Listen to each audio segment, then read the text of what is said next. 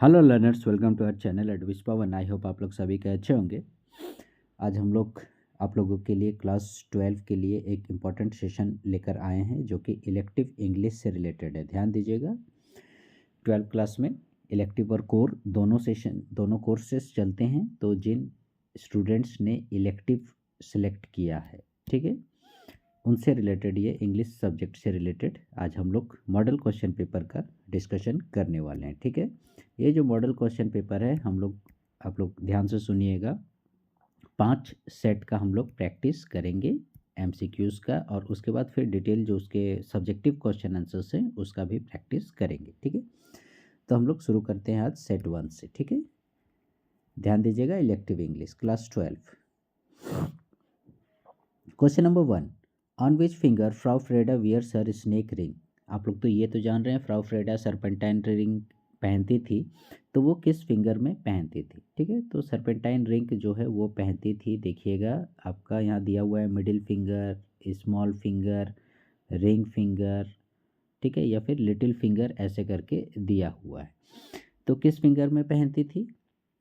Middle finger नहीं, small finger नहीं, ring finger नहीं, index finger. Yes, this is the correct answer. Frau Freda जो है index finger में रिंग पहनती थी, ये आपका करेक्ट आंसर। ठीक है, इंडेक्स फिंगर हो जाएगा आप लोगों का ये वाला। ठीक है, इस अंगुली में पहनती थी। नेक्स्ट है question number 2, in which country Frank and Eveline plan to live after elopement. ठीक है, इलोपमेंट मैंने भाग जाने के पश्चात, गायब हो जाने के पश्चात जो है फ्रैंक और एवलिन दोनों क्या प्लानिंग करते हैं कि आखिर किस सिटी में, किस कंट्री में रहा जाए। ठीक है, तो ये प्लानिंग करते हैं ब्यूनस आयर्स में रहने का। Option number B is your correct answer. ठीक है, next third, according to Pablo Neruda only poetry is. ठीक है, पाब्लो नेरूडा के अनुसार पोइट्री ही केवल है जो क्या है, ह्यूमरस, सैक्रेड, प्रोफेटिक और लॉजिकल। इसका राइट आंसर हो जाएगा आप लोगों का prophetic, option number C. Next third, doctor Solomon is the central character in which short story. किस शॉर्ट स्टोरी के सेंट्रल कैरेक्टर हैं डॉक्टर सोलोमन मार्गोलिन। ठीक है, तो ये आपके हैं ए वेडिंग इन ब्राउन्सविले से रिलेटेड। ठीक है, ज़्यादा ये सब में एक्सप्लेनेशन की आवश्यकता नहीं है, स्ट्रेट फॉरवर्ड क्वेश्चन है। 5, who is blind in the story tomorrow. Tomorrow story में कौन ब्लाइंड है?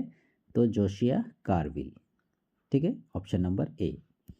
Next 6, who is the author of the story tomorrow. Tomorrow के लेखक कौन है? जोसेफ कॉनरेड, कैप्टन हैगबर्ड, हैरी हैगबर्ड, ये सब तो कैरेक्टर हैं, तो ऑथर कौन है? Writer Joseph Conrad. ठीक है, 6 का option number A. Next question number 7, who is the central character in the story 1 centimetre. 1 centimetre story में सेंट्रल कैरेक्टर कौन है? तो इसका ऑप्शन नंबर हो जाएगा आप लोगों का correct A, that is Tao Ying. ठीक है, next question number 8, where is Tao Ying taking her son to. Tao Ying जो है अपने बेटे को कहाँ ले गए? Church, temple, school, garden. तो वो ले गई अपने बेटे को टेम्पल, मंदिर में ले गई थी। ठीक है, next, who is Abraham Miklis daughter. Abraham Miklises की डॉटर कौन थी? तो अब्राहम मिक्लिसेस की डॉटर थी सिल्विया। ठीक है, ये जो है ये भी आपका a wedding in Brownsville chapter से है। ठीक है, अब्राहम मिक्लिस वाला। 10, Eveline was used to work in a, कहाँ काम करती थी? Office, bank, store, school. तो इसका राइट आंसर है स्टोर में। ठीक है, next, dear son of memory great heir of fame, from which poem this line has been taken. ये जो लाइन है dear son of memory great heir of fame, ठीक है, ये किस पोइट्री से लिया गया है? ठीक है, तो ये लिया गया है आप लोगों का ऑन शेक्सपियर। ठीक है, शेक्सपियर के बारे में ही ये कहा गया है। ठीक है, उनकी प्रसिद्धि को लेकर। 12, who has written the poem a lecture upon the shadow. A lecture upon the shadow किनके द्वारा लिखा गया? ये भी एकदम स्ट्रेट फॉरवर्ड है, जॉन डन के द्वारा। ठीक है, next, what does the poet want in the poem on time. On time poetry में लेखक क्या चाहते हैं? Time to stand, time to fly, time to sleep, या इनमें से कोई नहीं। तो क्या चाहते हैं? Time to fly, option number B. Next 14, John Milton become blind at the age of. ये तो आप लोगों को पता होगा, जॉन मिल्टन जी जो हैं वो अंधे हो गए थे एकदम पूरी तरह से, तो उसकी उम्र पूछ रहा है। ठीक है, तो इसका राइट आंसर हो जाएगा, हालांकि यहाँ ऑप्शन में नहीं दिया गया है, लेकिन फिर भी उसके जो नज़दीकी ऑप्शन है वो है 45, यानी ऑप्शन नंबर बी। एक्चुअली में क्या हुआ था, जॉन मिल्टन जी जो थे वो 44 की एज में ब्लाइंड हुए थे, और ईयर था 1652। कभी कभी ये ईयर भी पूछ देता है, ठीक है, तो इसको भी आप लोग नोट कर लीजिएगा। 1652 में वो ब्लाइंड हुए थे 44 साल की उम्र में। ठीक है, तो उससे नज़दीक 45 है, तो उसे ही हम लोग करेक्ट मानेंगे। नेक्स्ट है 15, John Donne is a dash poet. तो John Donne is a metaphysical poet, option number A. ठीक है। 16, where mercy love and pity dwell, there God is dwelling too, from which poem the above lines have been taken. ठीक है, poetry का मैं बार बार बोलता हूँ, आप लोग ध्यान से पढ़िएगा। देखिए सीधे सीधे दो क्वेश्चंस पूछे जा रहे हैं जो कि सीधे पोइट्री से रिलेटेड है, पोइट्री के लाइन से। आप लाइन पहचानिएगा तभी बता पाइएगा, ठीक है, नहीं तो बहुत ही कन्फ्यूजन में रहिएगा आप। तो 16 नंबर का है, on Shakespeare, कुबला Khan, the divine image, या इनमें से कोई नहीं। तो इसका राइट आंसर हो जाएगा आप लोगों का the divine image, option number C. ठीक। Next 17, the poem Kubla Khan is क्या है, इनकम्प्लीट, कंप्लीट, एब्स्ट्रैक्ट, नन। ठीक है, तो कुबला खां जो है वो इनकम्प्लीट है। ठीक है, कैसे इनकम्प्लीट है, एक्चुअली ये ड्रीम विज़न था, और उनका जो है स्वप्न जो है, ड्रीम जो है वो टूट जाता है। ठीक है, तो इसीलिए वो इनकम्प्लीट ही रह जाता है, और कभी लास्ट तक वो उसे कंप्लीट नहीं कर पाते हैं। ठीक है। Next question, finally what was the mark on the wall. आखिरकार वो मार्क ऑन द वॉल क्या है, तो इसका राइट आंसर हो जाएगा a snail, option number D is your correct answer. ठीक है, मतलब कई सारे विचार लेखक के मन में आते हैं कि अलग अलग इमेजिन करता है, ये क्या है, दाग धब्बा है, कहीं बैठा हुआ है, या कुछ कुछ स्मोक टाइप का है, वगैरह वगैरह। ठीक है, कुछ परछाई जैसा है, क्या है, कोई कांटी उटी का ठोका हुआ ऐसा है, कुछ कुछ मैंने अलग अलग विचार आते हैं। ठीक है, लेकिन फाइनली वो एक्चुअली में क्या था, ये स्नेल था। ठीक है। नेक्स्ट क्वेश्चन नंबर 19, इसको डिलीट कर देते हैं। Which technique of narration has been used by the author in the essay the mark on the wall. The mark on the wall का में जो वर्णन किया गया है, तो वर्णन करने का तरीका कैसा, किस प्रकार का तरीका लेखक के द्वारा यूज़ किया गया, flashback, stream of consciousness, dialogue narration, ये सब वर्णन करने के तरीके हैं। ठीक है, तो राइट आंसर है stream of consciousness. 20, originally the play Chandalika was known as. ठीक है, ओरिजिनली में चंडालिका जो प्ले ड्रामा आपने पढ़ा, ठीक है, वो जाना जाता है किस नाम से, अटमम कुटीप, या फिर मुक्ति बोध, या फिर मुक्ति धारा, या फिर इनमें से कोई नहीं। तो इसका राइट आंसर हो जाएगा आप लोगों का मुक्ति धारा। ठीक है, यानी ऑप्शन नंबर, यहाँ क्या बोलते हैं, option A B C D नहीं दिया हुआ है, तो आप लोग इसको सी मान लीजिए, मुक्ति धारा। ठीक है, C. Next, whose image is reflected in the mirror in the play Chandalika. Chandalika play में मिरर में एक इमेज जब जादू किया जाता है चंडालिका की माँ के द्वारा, प्रकृति की माँ के द्वारा, तो उसमें एक इमेज दिखता है। वो इमेज किसका था, प्रकृति का, आनंद का, उसकी माँ का। ठीक है, तो वो किसका था, आनंद का था, क्योंकि वे लोग आनंद को ही मतलब अपने पास लाने के लिए मैजिक किए थे। 22, who was to stage a fake fight with Raja in a tiger for Malgudi. ठीक है, who was to stage a fake fight। ठीक है, किसके द्वारा एक फेक फाइट का स्टेज किया गया था, शो किया गया था राजा के साथ, किस में, टाइगर फॉर मालगुड़ी बुक में। ठीक है, तो इसका राइट आंसर हो जाएगा आप लोगों का जग्गू। ठीक है, ऑप्शन नंबर ए।